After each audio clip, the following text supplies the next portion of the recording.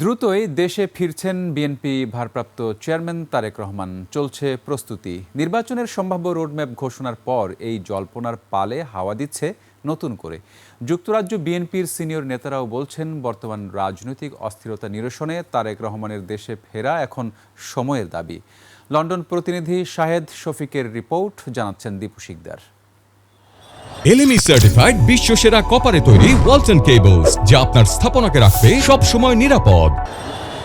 ৫ August স্বৈরাচার সরকারের পতনের পর থেকেই গুঞ্জন ছিল যে কোনো সময় দেশে ফিরবেন বিএনপির ভারপ্রাপ্ত চেয়ারম্যান তারেক রহমান। লন্ডনের প্রধান উপদেষ্টা ডক্টর মোহাম্মদ ইউনূসের সঙ্গে এক বৈঠকের পর থেকেই সেই গুঞ্জন এখন আরও স্পষ্ট। ওই বৈঠকে আগামী ফেব্রুয়ারিতে নির্বাচন অনুষ্ঠানের রোডম্যাপ অনেকটা চূড়ান্ত হওয়ার পর তারেক রহমানের দেশে ফেরার আলোচনা আরও জোরদার হচ্ছে। বলা হচ্ছে খুব দ্রুতই দেশে ফিরছেন তারেক রহমান। আমি আশাবাদী উনি অতি সত্বর চলে যাবেন।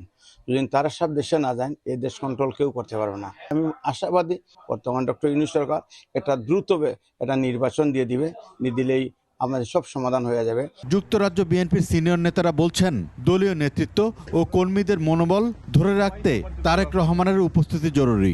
লন্ডনে বিএনপির ভারপ্রাপ্ত চেয়ারম্যান জনাব তারেক রহমান সাহেব এবং ডক্টর ইউনূস সাহেবের মধ্যে যে ফলপ্রসূ বৈঠকটা হয়েছে, এতেই চূড়ান্ত হয়ে গেছে উনি দেশে অতি শীঘ্রই যাবেন।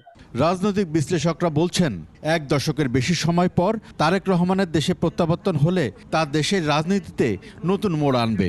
অতি শীঘ্রই জনাব তারেক রহমান দেশে যাবেন এবং দলের হাল ধরবেন।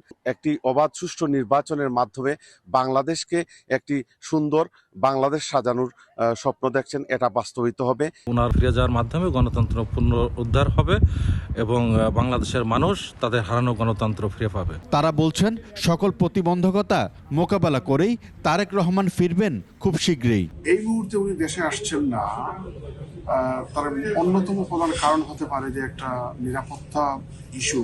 নির্বাচনের যখন শিডিউল ঘোষণা করা হবে, ওই মুহূর্তে সম্ভবত তারেক রহমান দেশে ফিরবেন। কারণ নির্বাচনের জন্য মানুষ, ভোটার, দল, প্রতীক এবং এর প্রধান ব্যক্তি, এই তিনটা জিনিসকে ঘিরেই কিন্তু আবর্তিত হয় ভোটের রাজনীতি।